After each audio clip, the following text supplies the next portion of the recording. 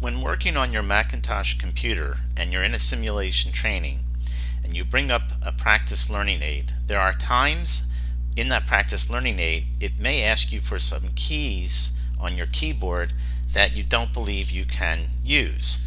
So in this particular case, the F4 key is one that's going to show up in the learning aid. Now what you should know is that this is just in the learning aid. It doesn't mean that you can't complete it without the learning aid. So I'm going to go ahead and bring up the learning aid, and by the way, you can certainly watch the video without being stuck in the practice learning aid. So I'm going to go here and turn on the practice. Click cell F4 and then type in equals.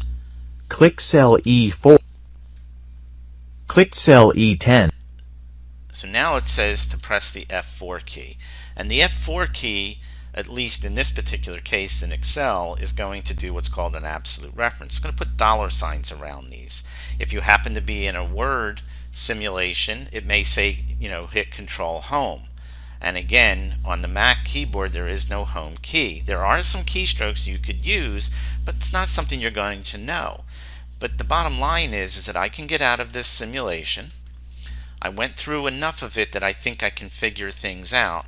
And again, you can use the video learning aid, but I can click there, click here, and now if I don't know how to use my F4 key on my keyboard, I can just put in the dollar signs next to each item and then click on that, and that will let me go ahead and do it. Even though I'm on my Mac, I can still complete this particular question on the simulation.